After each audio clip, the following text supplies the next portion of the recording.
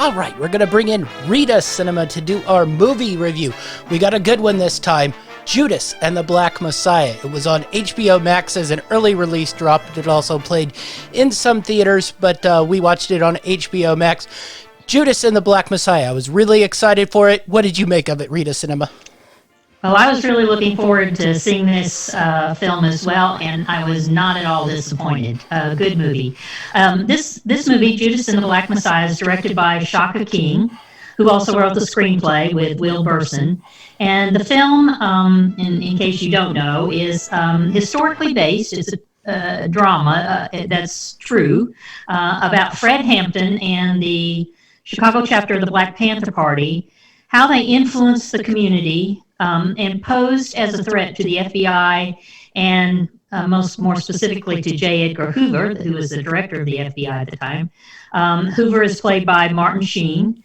And Hoover became obsessed with bringing down, as with many civil rights groups at the time, but the Black Panther Party, and in bringing down specifically Fred Hampton, who he labeled as, along with other black leaders in the 60s, as the Black Messiah. He said, this could be the Black Messiah. We have to bring this man down. This is this is not a biography of Fred Hampton.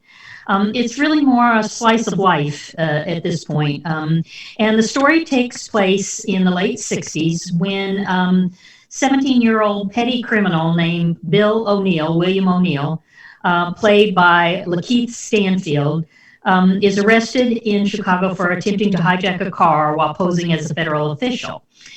He's approached by the FBI Special Agent Roy Mitchell, played well by Jesse Plemons, who offers to have O'Neill's charges dropped if he works undercover for the FBI in the Black Panther Party. So O'Neill is assigned to infiltrate the Chicago chapter of the Black Panther Party and to get close to its leader, Fred Hampton. And Fred Hampton is played by Daniel Kaluuya. And Fred Hampton is referred to as the chairman. He's the chairman of the Chicago Black Panther Party. So, as I said, it's kind of a slice of life of Hampton's rise, a picture of his passion, his charisma, and what he did to build a coalition, which is what he's actually best known for, of rival gangs and militia groups that included blacks, Latin Americans, and poor white citizens, mostly who lived in South Chicago and west areas of Chicago that were quite crime-ridden and poverty-stricken, and where the police were constantly harassing people as well. So you get to this picture of Hampton. It's remarkable what you see in him as this young man who has these great persuasive skills, so much so that he brings bitter enemies together in order to build the Black Panther Party and to actually, oppose the police, the Chicago police. And the fact that he built this coalition really was what made him the great leader that he was at that time. Anyway, this scared Hoover and the FBI, of course, and he was determined to, as he said, neutralize Hampton. And I'll just let you guess what neutralize means, but you can guess, I think. So William O'Neill, who they have hired to infiltrate the Black Panther Party, and O'Neill is a black man too, of course. He starts to grow close to Hampton. He works with Hampton and the others in building these community outreach groups, such as the Free Breakfast for Children program. And that was the other thing, actually, that the Black Panthers were well known for. It wasn't just as a protest party. They wanted to go into the communities and do things that would improve their communities by offering, as I said, Free Breakfast for Children program. That was the one that was best known. The film also tells the story of Hampton's relationship with Deborah Johnson, played by Dominic Fishback. And she's a fellow Black Panther Party member who eventually gives birth to Hampton's child after Hampton is dead, I might say. And the two of them are still living today. both. Deborah Johnson uses a different name. She changed her name to when she converted to Islam, and the child's name is Fred Hampton Jr. Of course, he's an adult now. But O'Neill begins to relay intel to Mitchell, and who in turn compensates him with money. He makes money by doing this, and he keeps himself out of trouble. And O'Neill then begins to rise through the ranks and is promoted to security captain. So, as the story goes on, you find out that Hampton is he's arrested and put in jail on some trumped up charges. While he's in jail, there's this big shootout with the police, and they burn down the Panther offices. And then Hampton gets out in order to appeal his imprisonment. And during that time, there's quite a bit that goes on with the interaction with the police. They rebuild their offices and that sort of thing while he's out. But he loses his appeal, and he's going to have to go back to prison. And so then the focus becomes on that night, his last night of freedom. But I want to mention a couple of things that I think are really important to this film. What the real keys, the focus to this film is, I think one of them is the effectiveness of Hampton as he rises to power, and the story of what he does to do this, and then his demise as he is ultimately drugged and murdered before he goes back to prison. The other is the center of the story. I mean, if we've got a Black Messiah, we've got to have the Judas, and of course the Judas is Bill O'Neill, who was, working within infiltrating the Black Panther Party.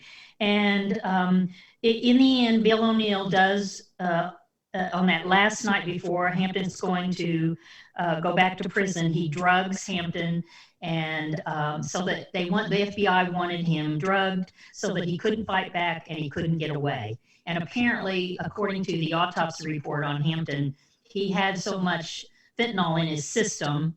Now, where it came from, no one can actually say for sure, except that O'Neill was charged with drugging him. But he had enough in his system to kill him even without them shooting him. So, it really is also about the story of Bill O'Neill. And I think Hampton's story is riveting, but it's really O'Neill who takes your attention.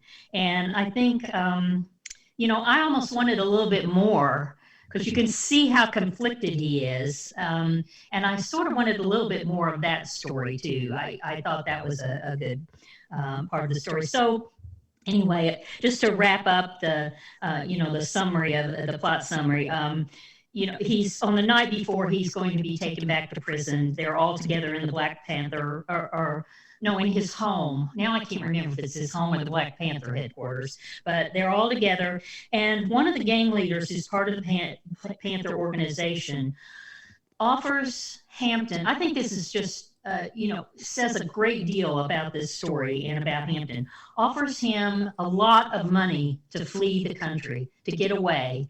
And Hampton says no, he's not taking it, but he orders the group to establish a trust fund with the money in the name of one of their members who sacrificed his life in one of the police shootouts. So I think that tells you a lot about Fred Hampton. Anyway, that's a little summary. I've got some other comments about, what I think of the movie.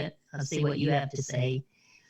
Yeah, a handful of things struck me about this film. One, the cinematography on it I thought was just really, really good. That was the first thing I noticed. It looked just incredible. And for somebody who really hadn't directed any movies, I just thought that was really, really impressive with the way he was able to make this thing look. I thought it looked really, really nice. And just that brought me into, the whole plot of the film. And I thought the performances were just outstanding. I can't complain about really anyone's performance. I thought Kulalale's performance was really good. Satterfield's performance was great, and I really liked Jesse Plemons as well. I just thought everybody was really, really good. And the only thing negative I can say is I thought the first half, maybe just the first third of the film, was a little bit slow to get into really where you wanted to be. And I think once he was released from prison, I just thought the movie really started to pick up steam and draw you in there. Well, a lot of the early part of the movie was about him building relationships with people, but I liked that. But I could see how somebody might think it was a little bit slow. I have to say, I was totally riveted by this movie. I was never bored. I thought the performances were outstanding, all of them. I thought Daniel Kaluuya was passionate. I mean, you would have thought it was Fred Hampton. He was, and Lakeith Stanfield. I just thought his face told you everything. You could see that he was conflicted, but he was also kind of a rotten guy, and he was committed to getting money and serving himself. And actually, I'm going to mention Dominique Fishback, too, who played Deborah Johnson, because I thought she gave a great performance as well. She was very strong and influential in Hampton's life, and yet she was also warm and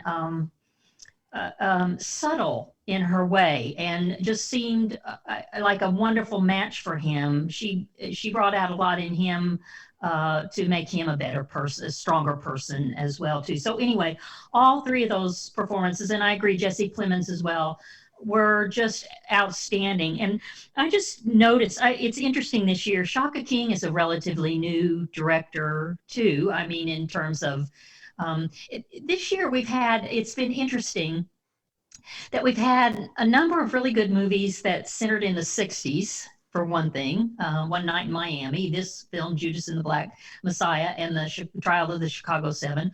All three of them somewhat rooted in, at least if they weren't true stories, they were rooted in true characters, true people, I mean, real people. And really, other than Fincher and Sorokin, there have been a lot of films by really relatively new, and I don't mean that they've never directed films or television, but we've had so many new directors, and they write the screenplays and direct these films, and it's just been an outstanding year for that, I think. Yeah. Shaka King, pretty new director. The Promising Young Woman she wasn't new to directing, but she was new to feature-length film. She had made most of her bones on TV shows, and it's a much different type film. And then Regina King, who has, she's acted forever, and I think she knows what to do. But to put out a feature-length film like that was really good for really being the first time. That was really, really impressive. And really, I thought this one I really enjoyed, and I thought just Shaka King really sort of put a notch on my book where, now I'm like, oh, let's see what next film he comes out, because I'm like, this one was really, really good. On your Dominique Fishback, she had a great performance, and she's a relatively, new actress. This was only her third or fourth film that she'd ever done, and the others were, very, very small type films. This was going to be a big film until, COVID, and they had to pull it and, re-release it into HBO Max, which, I think really hurts it, because this would be one that I think would hit the theaters, and it would grow a following, month by month. Yes, absolutely. Especially as the Academy Awards came, and I'm scared it might get a little lost, because it was just sort of an HBO Max dump here, and if you weren't paying attention or into the streaming, you wouldn't know this film was out there. Well, I worry about that too, and I hope that is not the case. I really hope people watch this movie. It's an excellent movie, but I fear it will get lost and it'll be overlooked, and I hate that. I really do. I want to also say that I agree with you. The scenes in the movie were great, and the way they blended the movie scenes, the film movie scenes with old footage was good. And then they used a lot of music that would really set the scene for the 60s. I thought that was well done. It was just well integrated, the way they did that. And I do want to say there was an original song, however, that by her, that H-E-R. Yes. I'm an old woman. I don't, her is what they That's say. fine. Anyway, Actually I like her, and this song is a great song to wrap up the movie with, and it, even though it is a current song, was had a very 60s sound to it as well. And at the end there, they have all that archival. I just thought it was great the way they ended it with that archival footage of Hampton's speeches and his funeral procession, and an interview then with O'Neill that he gave in 1989. And apparently he continued to work as an informant for the FBI. They put him into a witness protection program for a while, but he left it. And then after he did this interview in 1989, where he then committed suicide. So, I think that was a very complex man there, that he had an interesting, take on all of it. He was a pretty selfish person, and yet you could tell he admired Fred Hampton too. He didn't like what he did, I think, although he would never admit that. I think also people ask about a movie like this, anytime it's based, on true on true events and characters, how much of it is historically correct and truthful. And I did a little looking on that, and a couple of things. First of all, Shaka King, I think this is noteworthy too, in terms of evaluating the movie. Shaka King made a point, and the production company made a point of working with Fred Hampton Jr. and his mother as consultants, because they didn't want to get into another situation like the Green Book, where the family is outraged by the film and they weren't consulted, etc. And so apparently, the Fred Hampton Jr. and his mother were there during most of the filming, and they had input. They were into whether, how things looked. Now, that gives their point of view, of course. I also read that apparently records from the police, the Chicago police, who are the ones actually who shot Hampton, not the FBI, the police did. And records from both the police and the FBI, I'm sure this won't shock you, are very sketchy. Apparently there are a lot who think whatever is left is lies anyway, but I we can't can say that. get corruption in the Chicago Police Department. Yes, that can be another and topic certainly when it comes day. to but I think it did give a pretty accurate view of the times and the Black Panther Party, and I think many, sadly, gave a good picture of some of the social justice and brutality issues of the police, which still exist between the police and the Black community, not just in Chicago, but all over.